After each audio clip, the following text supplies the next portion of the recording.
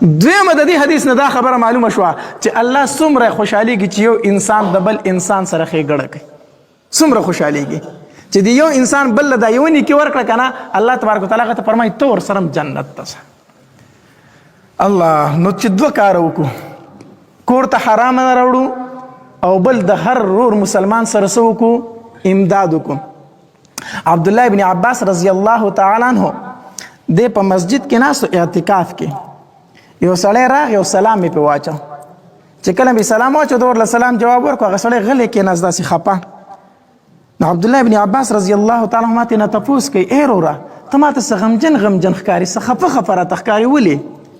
هغه ورته وی د الله پاک د پیغمبر د تره زویه یقینا زه غمجن یم، یقینا زه غمجن یم، ما باندې یو مصیبت دی. عبدالله بن عباس رضی الله تعالی عنه ورته فرمایي ولې څه مصیبت دی در باندې، ولې خفه ولې غمجن یې؟ ما باندې د پلان کې حق دی، په ما باندې د قرض پیسې دي، په ما څه دي؟ د قرض پیسې دي، او زما دې په هغې ذات باندې قسم چې د چا په قبضه کې زما روح دی. ټیک شو، زه دا طاقت نه لرم چې هغه ته دا پیسې واپس کړم، زه طاقت نه لرم، نو د هغې قرض د وجې نه زه څه یم؟ خفه یم. عبدالله بن عباس رضی الله تعالی عنه ورته وفرمایل وی زه ستا سفارش کولی شم هغه ته چې زه ورته ستا سفارش وکړم؟ نو دغې صحابي ورته وی یو څنګه چې تا ته مناسب ښکاري. نو عبدالله بن عباس رضی الله تعالی عنه به پاڅېدو، د جومات نه روان شو، پیزار یې پخپو کړو.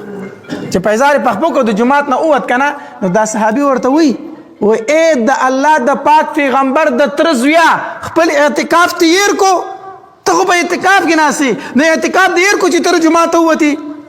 نو عبدالله بن عباس رضی الله تعالی عنه د نبی علیه الصلاة والسلام روزي مبارک ته داسې لاس ونیو، وی نه ما اعتکاف نه دی هیر کړی، ما اعتکاف نه دی هیر کړی، خو ما د دې روزې د صاحب نه اورېدلي دي، او چې دا خبره یې وکړه د سترګو نه یې اوښکې روانې شي، ځکه نبی علیه السلام په دغې ورځو کې نوی نوی د صحابه کرامو نه جدا شوی و. وی ما د دې روزې د صاحب نه اورېدلي دي چې کوم انسان د بل مسلمان په ښېګړه کې وځي، الله تبارک وتعالی ده لره د 10 کالو د اعتکاف ثواب ورکوي. د 100 کالو د اعتکاف ثواب ورکوي. یو مسلمان د بل مسلمان په ښېګړه کې روان شو، الله دته د 10 کالو د اعتکاف ثواب ورکوي.